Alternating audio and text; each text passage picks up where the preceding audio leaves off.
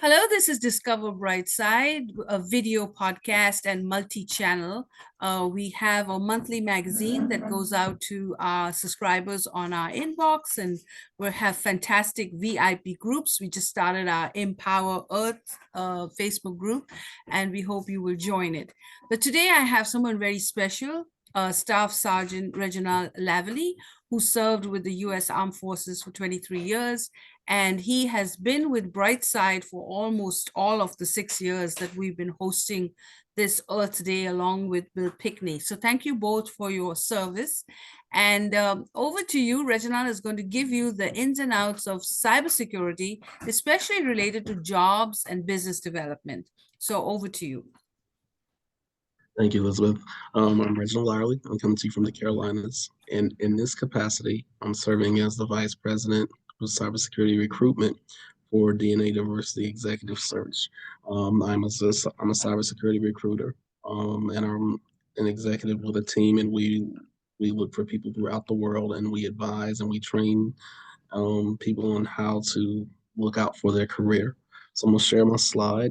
It's not going to be very long, but it's going to be very concise, just to give you the basics. Not designed to make anyone an expert, but it's a good bit of information to give a basic foundation. So let me go ahead and share that this time.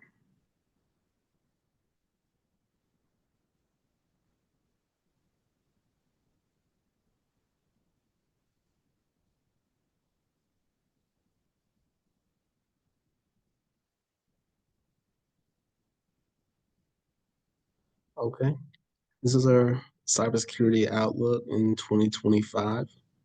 There's a lot of information about cybersecurity. It's a broad We field. There are can't see the so many slides. aspects. We can't see the slide. Ah, now we can. Okay, now can you see them? Okay, great. Little delay there, but a blessing delayed is not a blessing denied, is like I always say. Um, this is the cybersecurity outlook for 2025. I'm gonna go ahead and move forward to the next slide so I can show you and everyone watching what I'll be sharing with you. I'll be talking about the specializations of cybersecurity, the managerial roles, the other specializations, the progression chart, and the job outlook. So that's going to be the gist of today's discussion.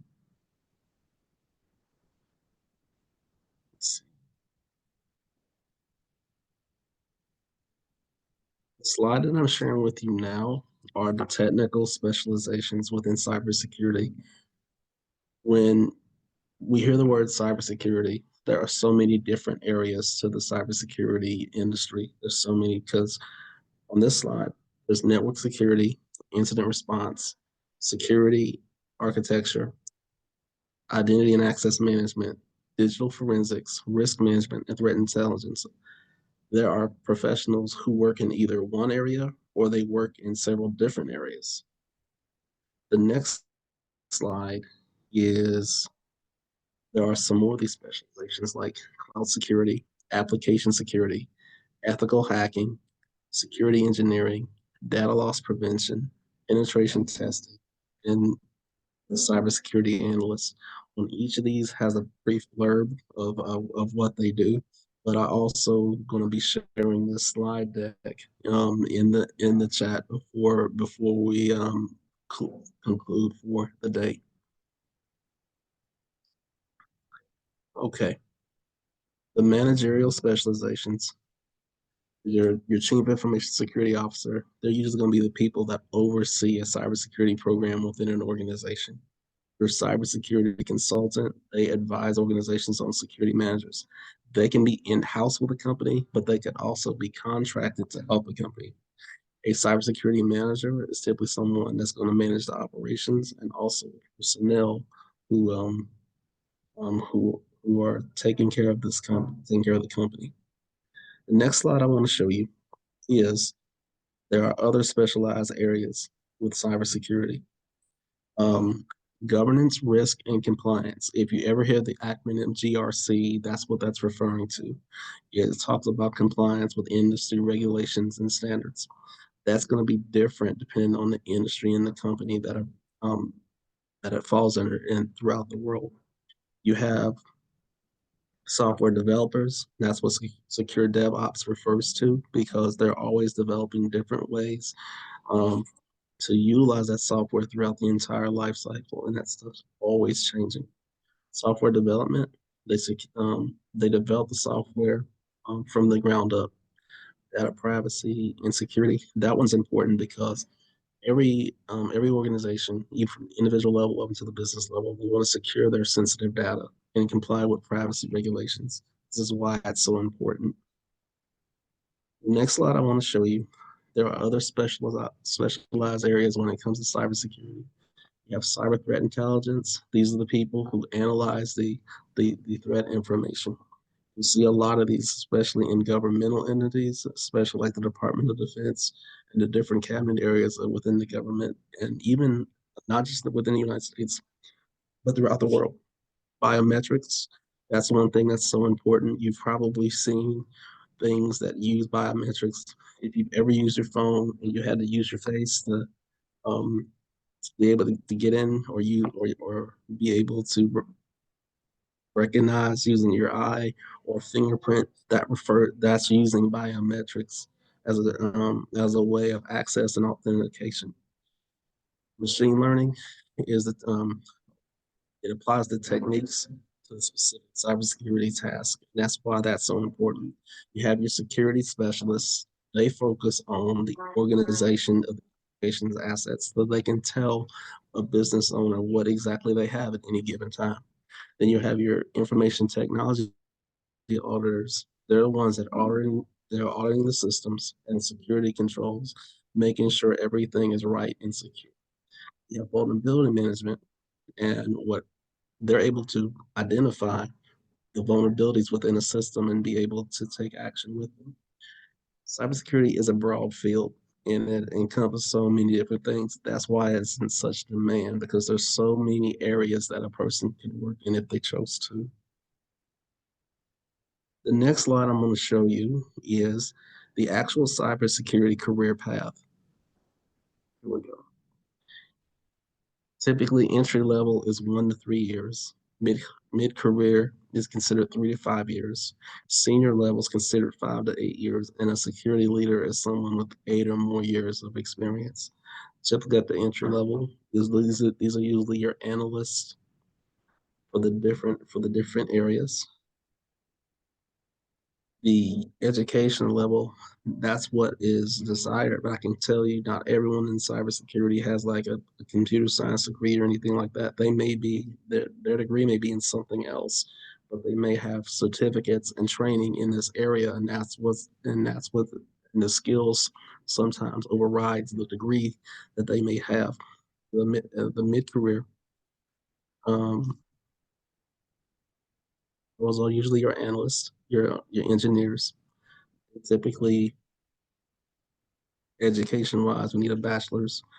It's not always required, but many do have it. And then you want to direct your attention to the certifications at the bottom. Usually those carry a lot of weight, and depending on what area of cybersecurity what they're in is going to determine what they need to be certified in order to be able to effectively fulfill the skills, the and competencies that's going to be required with the position that you're filling. On the senior level, this is when you're really starting getting into management, not just of personnel, but also systems. And then you have the security leader, which is typically your chief information officers and your information security officers. Typically, as a recruiter, if I'm wanting to find out from a company which the type of cybersecurity personnel they need for their company, if they have an information officer on staff or an information security officer on staff, I'm going to do my best to talk to that person. There may be human resources, but that person is going to know the cybersecurity industry better than most because they're like the SME and that subject matter expert in that area. And I'm going to find out what they need the most.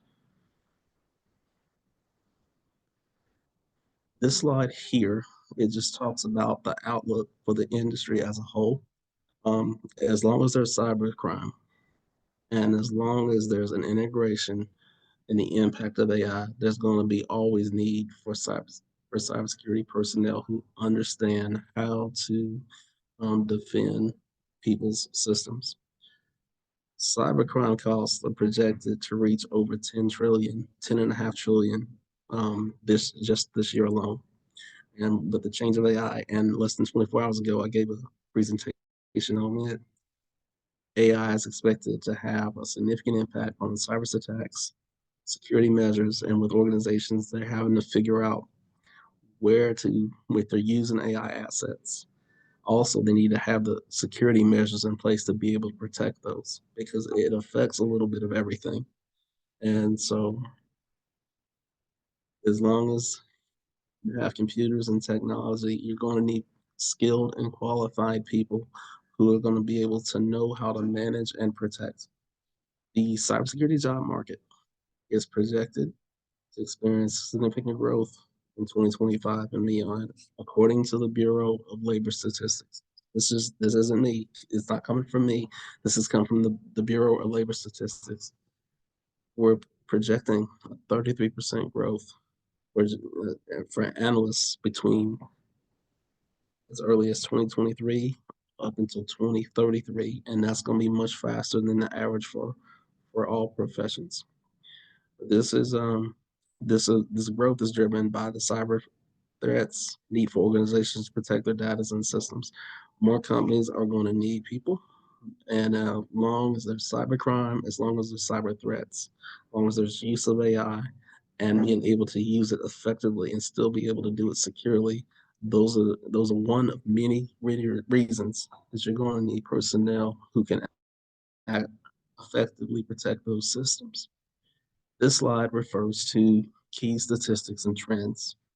This is what's in high demand. The Bureau of Labor Statistics projected 17,300 openings for security analysts over the next decade, but that could potentially be more. Skills gap, 2/3 of organization report moderate to critical skills in cybersecurity, highlighting demand for qualified professionals. So they're always looking for people who are better trained, better skilled, or people who are always constantly re-educating themselves and honing their skills. The market growth is expected to continue to grow. The global market is expected to reach 200 billion by 2028. So this is expanding, and this is globally. The salary potential, the median annual salary, and this is just for your analysts, is 120,360. This is what I did recently on LinkedIn. I did the median salary for each U.S. state and an entry level, middle manager level, and senior level, and I posted it. Got a lot of responses, so people are very interested in that information. If they're in this profession, what jobs they should be looking for, and if they're looking to get in this profession, what exactly do they need to do in order to get in? Let's look at the global demand. Globally, there are 3.5 million unfilled cybersecurity positions. And I feel like that's a low number. It's actually more because I'm seeing with these different companies throughout the world and talking with different CEOs, vice presidents, chief information officers, and finding out what they need. And they tell me the same thing. We are always looking for qualified, the best and the brightest cybersecurity personnel that we can get on our teams. The impact of artificial intelligence is important because when using AI knowledge, if we can use it to protect our companies, so can criminals who want to not always necessarily want to do us good. Cloud security is another area that's growing. And so in this cloud security area alone, that's going to grow by 16%. Key takeaway from this, if there's nothing else that can be shared, one, cybersecurity is a broad field. There's so many areas that you can get into. Companies are always looking for qualified personnel. It does have a career track, and so there's an entry point, and then there's a way to progress. And I tried to show at least some statistics and trends to illustrate why it's important, not just here, not just within the United States, but globally and throughout the world, because every nation is always looking for professionals. protect their systems, protect their companies, protect their financial assets. That's why it's vitally important. Um, Thankfully, I wanted to make sure that this presentation was very brief, yet very concise with the information. And I'm also going to drop the slide in the chat this after, while we're in progress now. But if there's anyone looking for information, or they're looking to break into the cybersecurity industry, or they're looking to do something in the cybersecurity industry, this is what I do. This slide here is my contact information and my email, my business number, and the QR code leads to the Diversity Executive Search website that spells out what we do and how we help people with their careers. And your questions, that's pretty much my slide deck, and I want to make sure I share this in the chat before everything ends. Thank you so much.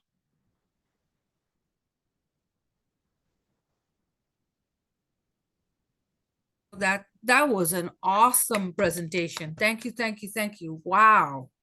And it was right on point too, because you had entry level, mid level, and senior level positions. So that was pretty good. So now no one has an excuse to say there's no jobs out there. There's plenty of jobs out there, and you have to get qualified. So you have to go back to school a little bit, get some certifications, find out with Reginald's description of the job description, then look at your resume and see if it's matching with that description. So let's say you are at a 0 level, you don't know anything about cybersecurity. Even if you're an experienced person, go for the entry level position. You'll be surprised how many people will hire you because of your prior experience. And someone is going to give you that start. Get some experience and then try to go for the senior level experience. So read the description, see how you match up with it. Now, you could even try to get a senior level position, but you have to figure out how your experience applies to the advertising position. And then with that match, you can make your resume and then send it over to Reginal. And then he will review it and give you an interview. If you don't just bombard him. I mean, be qualified. And he doesn't have time to just interview everybody. So you have to be qualified in order for him to be able to give you an interview and then set you up for, an interview. Elizabeth, there's also schools to get trained if people are looking to get trained, and I help people get set up with that as well. So hopefully that doesn't deter people. But to your point, there are opportunities, and I definitely want people to seek them out as much as everyone else, especially if it's going to help them fulfill what they want to fulfill in this life. Yep. And so yeah. So my question would be then is how does someone approach you, and what is the first step? So do they send you their resume, or what do they do to approach you? If they're working with me, I do a one-on-one interview. That's the first thing I do, and I find out a lot of information before I go forward with anything, because as to as you stated, I review a lot of resumes. I talk with a lot of CIOs. I speak with a lot of presidents, CEOs, and senior VPs. I work with anybody that I can, but I always make sure whoever is looking for a career in this, making sure that they do their diligence too before I go and help them. Perfect. And that's what we want to hear. So the first step is to say, thank you, Regina. We really enjoyed your presentation. I'd like to get to see, you could do a discovery call with him. Just, what do you think of my resume? And I forgot that we have to bring our resume maker. We'll try to bring him in May for the health and wellness. We'll do AI cybersecurity in the healthcare field, because that's the best way to start your career. There's so many jobs in healthcare. It's unbelievable. So definitely tell us what you think of the presentation. And if you have a question, write it in the chat, comment on the Facebook post or Instagram, and we will get back to you in short order. All right. So thank you for that. This concludes the sessions for Empower Earth 2025. We did 2 days, and Bill and Reginald did an outstanding job. We're going to repeat this in fall, in the month of November. So I'll work with Bill and Reginald on dates, and then we'll get back to the climate and pollution and get back to people in this particular industry. And since this year has been just an amazing year with climate, so we'll try to get back again in November. All right, and then we'll do our annual one in April of 2026. So you don't have to wait so long. We'll do a bi-yearly event. So thank you for watching Discover Brightside, and write us a comment. Keep the channel alive, because if you subscribe, if you buy Bill's book, then we know that it's going to work. All right, so we want you to go and buy his book, and he's giving you a special offer if you go directly to him on climates.com and get the book. Tell us what you think. Write a review, not That'll just work. one. We want you to write a review on Amazon, Barnes and Nobles, Indigo. You know, you guys are pros at this, all my reviewers. Write a review. You can now write reviews on Facebook too. Facebook, Instagram, Google is one that everybody wants to be on. So Google reviews as well. And if you don't know how to do a review, call me. I'll show you how to write a review. So we want you not just to buy the book, we want you to write a review, and we want you to get involved with literacy so that if you read more, we'll all be reading more. And my job is my fundamental goal is to improve literacy, to get more people to read. So that's why we do this every single month. You know, we go through this every month. So next month is health wellness, and it'll be on May the 16th and 17th and 18th. It's going to follow the same style. 11 o'clock will be the pivot prayer, and then we'll get into our sessions at around 11:30. Now, healthcare is a big topic, so we probably, depending on how many speakers we have, we may go from 11 to 5 or something. And the evening, we will have our authors from 7 to 9. So join us in May, and I may not do the book Brightside Club the first and third Mondays. We might use that for orientation to onboard new people. So I will keep you all posted on that process. So thank you for watching Discover Brightside, where we discover new things. And what do? We have a monthly magazine, which goes to your inbox. We have weekly newsletters to the club subscription. We have Facebook VIP groups, and we host a conference style video recording every single month. So, and then men, since there are all three men, men's empowerment will be in June. We had a great women's empowerment. So come on, men, we need to get the men get going. So we'll have men empowerment in June. All right. With that being said, does anyone have any questions? Elton, you want to close us out? Sure. All right.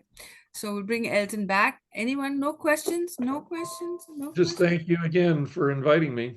Oh, no, you're welcome. And I'm looking forward to doing one again in November. So I'll set the dates in advance. And yes, Bill, you will be here next year. You said that last year, and you will be here. So, so over to you, Elton. Let me just stop recording. Hold on.